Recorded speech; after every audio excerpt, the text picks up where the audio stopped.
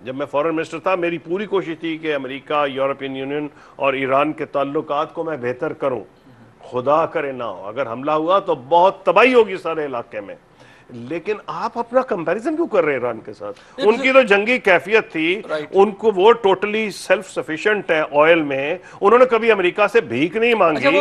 آپ کی پوزیشن کچھ اور ہے، آپ آئی ایم ایف اور ورلڈ بینک کے علاوہ، ایشین ڈیولپمنٹ بینک کے علاوہ زندہ نہیں رہ سکتے، تو آپ کمپیریزن کیا کر رہے ہیں؟ اگر ایران، وہ تو آپ نے اکنامک اپنے پوزیشنز بتائی، مجھے یہ بتائیں کہ ایران کے پاس کیا اس وقت، ایران جو تھی ایٹمی قوت تھی، پاکستان تو تھی، تو ہمارے حکمران اتنے خوفزدہ تو کیوں؟ سوویٹ یونین ایٹمی طاقت نہیں تھی تو سوویت یونین تو تباہ ہو گیا. نہیں، اس پہ حملہ نہیں، میری بات سنیں، سوویٹ یونین تباہ ہوا یا نہیں ہوا؟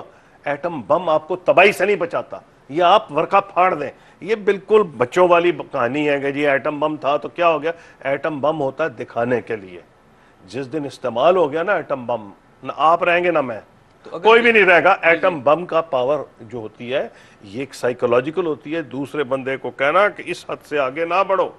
لیکن جب استعمال ہو نا بم تو کسی کا کچھ بھی نہیں بچے گا. ابھی آپ نے تھوڑی دیر پہلے بات کی کہ جاپانیوں کے اوپر چونکہ امریکہ نے ڈائریکٹ ایٹامک حملہ کر دیا تو آپ کو بھی یہ خوف تھا کہ آپ پر نہ ہو جائے. نہیں، میں نے یہ وہ کہا ہی نہیں کہ ہمیں یہ خوف تھا. میں تو وزیر خارجہ ہی نہیں تھا، مجھے خوف کی کیا بات ہے. میں آپ کو بتا رہا ہوں جس نوعیت کا اشتعال تھا. آپ کو میں نے اگزامپل دیا ہے دوسری جنگ عظیم کا، جب پرل ہاربر پہ حملہ ہوا ہے، نتیجتاً میں نے کہا جاپانیوں کو امریکہ میں کنسنٹریشن کیمپس میں بند کیا گیا، اور نتیجہ جنگ کا پرل ہاربر کے بعد ہوا تھا ہیروشیما ناگاساکی کے ایٹم بم. اس کے بعد ایٹم بم خدا کا شکر ہے کہیں یوز نہیں ہوا. اور سوویٹ یونین بموں کے باوجود ایک بڑی تصویر دکھائی گئی تھی. اگر جب کوئی تاریخی تصویریں دنیا میں آئیں گی نا، جب سوویٹ یونین کا کولیپس ہوا ہے تو نیوکلیئر سوویٹ آرمی گوبھی اگا رہی تھی. بندوقوں کے آگے بیونٹس نہیں ہوتے، کیونکہ وہاں قحط پڑ گیا تھا، کھانے کو کچھ نہیں مل رہا تھا. تو فوج اپنی جو بندوق کی نوکیں ہیں وہ سنگینے لگا کے گوبھی زمین میں اگا رہی تھی. تو آپ کو نیوکلیئر پاور جو ہے نا، وہ یہ ایٹم بم تباہی سے نہیں بچاتے ہیں. کہ آپ یہ کہیں کہ آپ ایٹمی پاور تھے، آپ نے یہ کیوں نہیں کیا.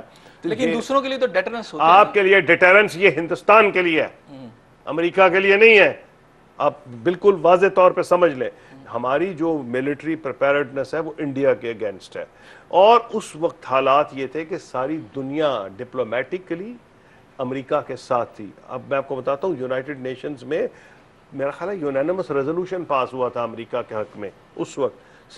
جب یہ امریکہ نے تو بعد میں اپنی غلط پالیسیوں کے نتیجے میں اس پہ بہت زیادہ تنقید ہوئی ہے، لیکن جب ان پہ حملہ ہوا ہے تو پوری دنیا ڈپلومیٹکلی ان کے ساتھ کھڑی ہوئی تھی. قصور صاحب، ہمارے پبلک میں ایک پرسیپشن یہ ہے کہ پاکستان کے اندر اس لیے امریکہ کے خلاف پاکستانی حکمران نہیں بولتے.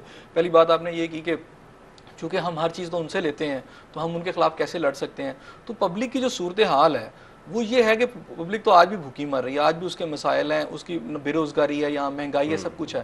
یہ جو پیسہ جتنا امریکہ سے آتا ہے، پبلک کے اندر یہ عام پرسیپشن ہے کہ یہ پیسہ تو کھا جاتے ہیں حکمران، اور حکمران ہیں ملازم امریکہ کے. دیٹس وائی کہ امریکہ کے اندر جو وار آن ٹیرر لڑی گئی پاکستان کے مفاد میں بھی نہیں تھی، لیکن چونکہ ہمارے حکمران ان کے امپلائی ہیں، ملازم ہیں، سرونٹ ہیں، تو انہوں نے اپنے آقا کو سرو کیا. یہ پرسیپشن کہاں تک؟ دیکھیے اس کے دو تین جواب ہیں. ایک تو پبلک کو موقع ملتا ہے الیکشن میں، زبردستی تو نہیں ان سے کو ووٹ لیتا، اپنی مرضی سے ووٹ لے کے آتے ہیں. اس لیے اتنے آسانی کے جواب نہ ڈھونڈے کہ پبلک یہ سمجھ رہی ہے وہ پبلک یہ نہیں سمجھ رہی.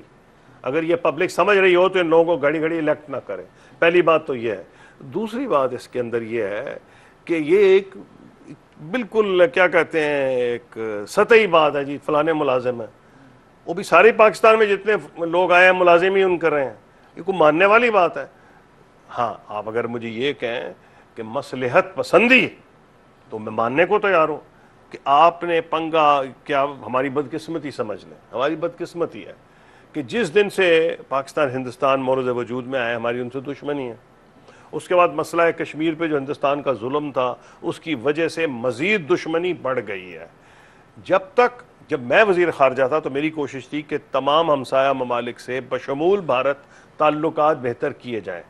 جب آپ تعلقات بہتر کریں گے تو آپ اس پوزیشن میں آئیں گے کہ آپ کو اپنے ہمسایوں سے ڈر نہیں ہوگا. جب آپ کے ہمسایوں سے ڈر نہیں ہوگا تو آپ کی طاقت بڑھ جائے گی، چاہے وہ امریکہ ہو یا کوئی اور ملک ہو. تو آپ یہ نہیں کر سکتے کہ ہر بندے سے آپ نے علاقے میں لڑائی بھی کرنی ہے اس کے لیے آپ کو ہتھیار بھی چاہیے. ہتھیار لینے آپ نے امریکہ سے, اور امریکہ کو آپ آنکھیں دکھائیں.